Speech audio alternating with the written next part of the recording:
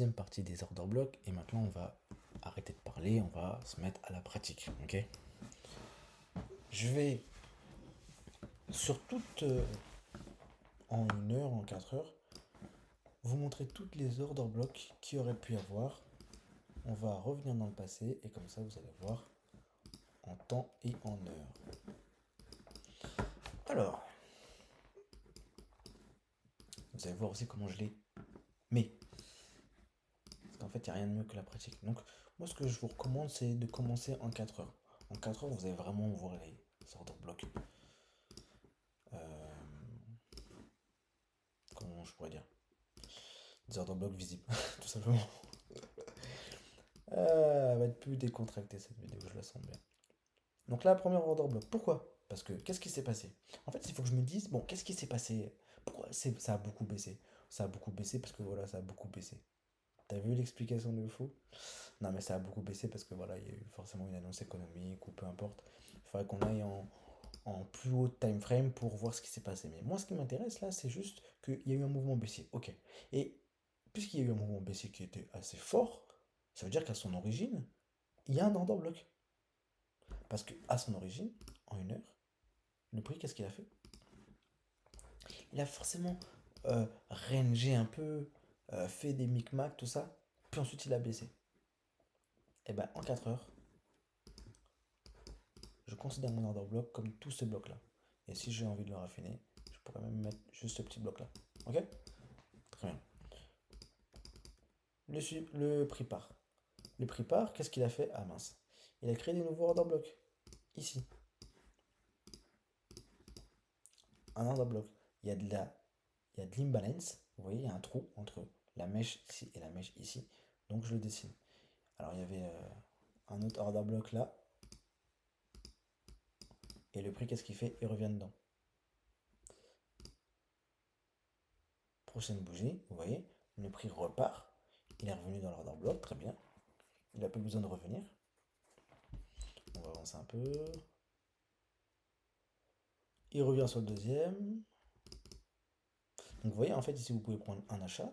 Il ne va pas jusqu'à là-bas, ok, c'est pas grave. Mais vous avez une deuxième zone ici, où là, il part. Là, regardez cet order block-là. Cet order block-là n'est pas valide. Pourquoi? Parce que le prix, qu'est-ce qu'il a fait avant de partir? Il est revenu dedans. Donc ça, je ne le mets pas. C'est invalide. Ici, c'est un order block. Pourquoi? Parce que ce qui s'est passé, c'est qu'il y a eu une vente et un achat. Si je vends 15 minutes, qu'est-ce qui se passe?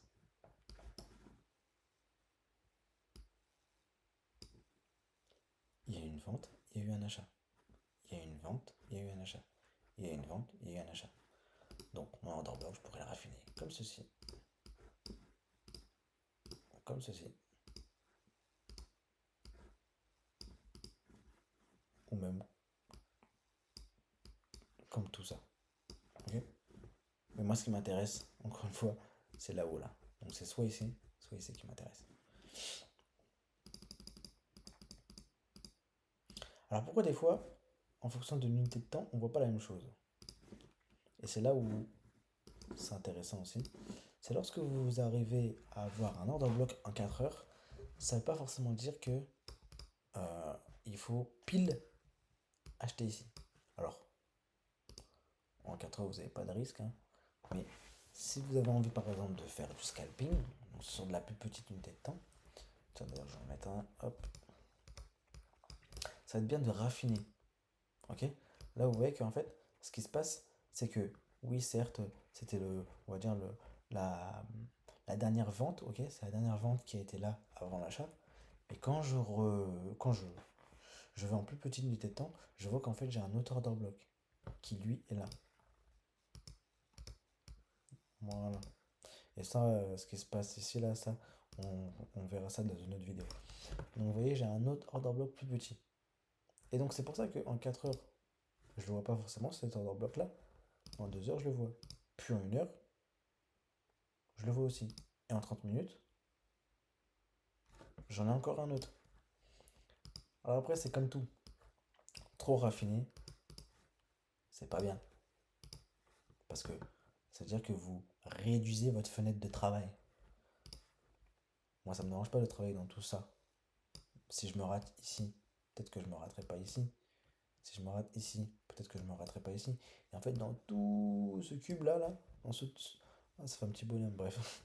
Dans toute cette zone de travail, j'ai la possibilité de prendre un premier achat, un deuxième achat si ça marche pas, un troisième achat. Mais par contre, si je mets que cette zone de travail-là, là, c'est-à-dire en fait, j'ai que là, là. J'ai que là à travailler. Et si je travaille pas là, en fait, bah, je traite pas. Vous voyez? Et ça va arriver que des fois, le prix, qu'est-ce qu'il fait? Il range un peu. Puis il sort de l'order block carrément. Ça lui arrive de sortir de l'order block. Et puis après, il va réintégrer. Vous voyez? Entre cette zone-là où il est carrément dépassé et cette zone-là où il est quand même resté dans ce gros, on va dire, dans cette grosse zone de travail, et ben la deuxième, on va dire, la deuxième façon, la deuxième la deuxième zone de travail, eh bien, elle est plus intéressante. Vous avez plus de place pour travailler, pour attendre un changement de tendance, etc. etc. Donc voilà. Donc là, ensuite, regardez. Le prix, il est revenu où? Il est revenu sur un order block.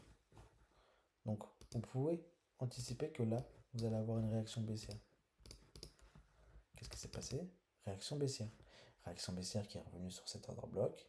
Et là, on pouvait acheter. Belle impulsion. Mais qu'est-ce qui s'est passé? À la base de cette belle impulsion, on a eu des order blocks. Un ici et un ici. Alors là, vous voyez, regardez, c'est un exemple où le prix, il a complètement transpercé l'order block. Il est revenu sur cet order block là. Ça arrive. C'est pour ça que les order blocks, c'est la première chose que vous devez identifier, mais c'est vos zones de travail. Et si vous n'avez pas de confirmation dans vos zones de travail, là par exemple, on va dans 3 minutes. Si j'avais pas de confirmation d'achat, euh, là j'ai pas de confirmation d'achat, j'ai pas de confirmation. Le prix il fait quoi? Hop, il revient ou dans un order block qui est là, à ce moment-là où j'aurais pu acheter. Mais en une heure, on ne voit pas le mouvement. Ok. Après, ça va venir avec la pratique, mais. Oh, j'ai envie d'éternuer.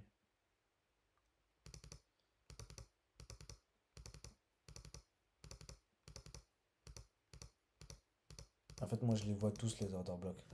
J'ai envie de vous montrer ceux qui sont les plus pertinents. Vous voyez ici, là, toute cette accumulation. En une heure, vous ne voyez pas qu'il y a un order block. En 4 heures, moi, je sais qu'il y a un order block. Pourquoi?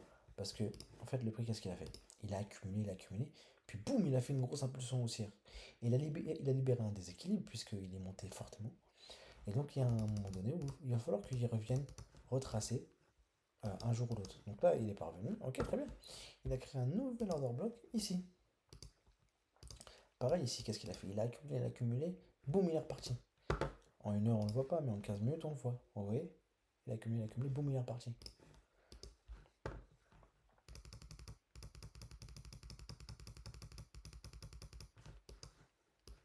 Alors là, je pense que c'était BTC quand il était à la hausse. Donc, quand il est en tendance haussière, bah, il est même full extended. Bref.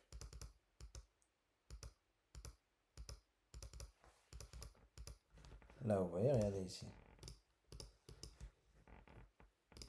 Il y avait un petit order block comme ça. Une petite zone de travail comme ça. Le prix, des fois, il s'en fout. Hein. Il va le transpercer. Hein. Il en a rien à foutre. Boum, il transperce. Ok? Puis après, il va repartir. Donc, c'est pour ça que c'est mieux d'avoir une grosse zone de travail. Parce qu'une petite zone de travail, ça vous permet de. Bah, enfin, une petite zone de travail. En fait, vous n'avez pas le temps de voir le réel changement de tendance.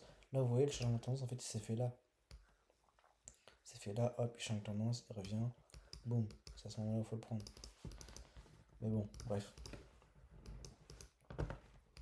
Voilà, voilà. Donc après, il y a la même chose. Vous pouvez effectuer la même chose en 15 minutes. Hein. En 15 minutes, c'est la même chose. Les order blocks. Ici, ça, c'est un order block. Pourquoi? Parce que qu'est-ce qui s'est passé s'il y a eu un déséquilibre? Il y a de l'imbalance, il y a un trou ici. Et si je joue en 5 minutes, je remarquerai quoi? Qu'en fait, j'ai une bougie haussière, une bougie baissière. En fait, vous allez voir à force avec les bougies. Avec les bougies, à force, vous habituer et vous allez les repérer. Vous allez les voir à l'œil. Mais c'est vrai qu'au début, c'est assez difficile. Ça demande de l'entraînement, mais bon, après, faut pas tout avoir, hein. Là, ici, il y avait un order block. Ici, il y avait un order block. Maintenant, il est plus valide. Mais avant que le prix revienne dedans. Là, il était valide. Moi, qu'est-ce que je fais? Je mets une position acheteuse. J'attends qu'il revienne. J'achète. Ok? Voilà, ça c'est en 15 minutes. En 1 minute, ça ferait longtemps que je serais sorti. Parce qu'une fois que. Après, ça sera. C'est dans une autre vidéo, non? Je vais pas expliquer. Mais voilà les order blocks. Donc ça fait 2 vidéos sur les order blocks. J'espère que c'est assez clair. Et si c'est pas assez clair, vous pouvez revenir sur la vidéo. Vous pouvez revenir en replay, il n'y a pas de souci. Mais je crois que j'ai tout dit sur les order blocks. Donc confirmation pour qu'un order block soit valide. Il faut premièrement que, on va dire, il y ait une belle impulsion, ok? Une belle impulsion. Il faut qu'il y ait de l'imbalance. Donc avec la belle impulsion, il faut qu'il y ait un déséquilibre. Donc de l'imbalance, ok? L'imbalance, elle est là. Donc là, imaginons je joue en 4 heures. Là, par exemple, tout ça, là, c'est un order block. Et dans ce gros order block, j'ai un petit order block qui est là aussi. Pourquoi? Parce que ici, donc là, j'ai le déséquilibre qui est là. Mais là aussi, là, vous voyez, j'ai un petit déséquilibre. Si je grossis, il y a un trait. Ok? Il y a un trait. Boum. Enfin, il y a un trait. Il y a un trou. La base, mon order block. Le prix n'est pas revenu dedans, donc il est valide. Ok? S'il était revenu dedans, bon, là, il serait plus valide. Mais il est pas revenu dedans, donc il est valide. Ok? Et l'imbalance, c'est vraiment le déséquilibre. Vous voyez, en fait, vous le voyez sur les bougies. Là, il y a du déséquilibre. Ok? Le prix est censé revenir. Boum, il est revenu. Ouais. Là, il n'y a aucun déséquilibre. Donc, il revient combler l'endroit où il y avait du déséquilibre. Je prends mon achat ici. Ensuite, le prix a décidé qu'il n'irait pas plus haut. Il revient, il repart en baissière parce qu'il y a de nombreux order blocks qu'il n'a pas complété. Il va potentiellement les compléter. Là, vous voyez, il ne l'a pas calculé. Là non plus, il ne l'a pas calculé. Parce qu'on a changé de tendance aussi. Vous voyez?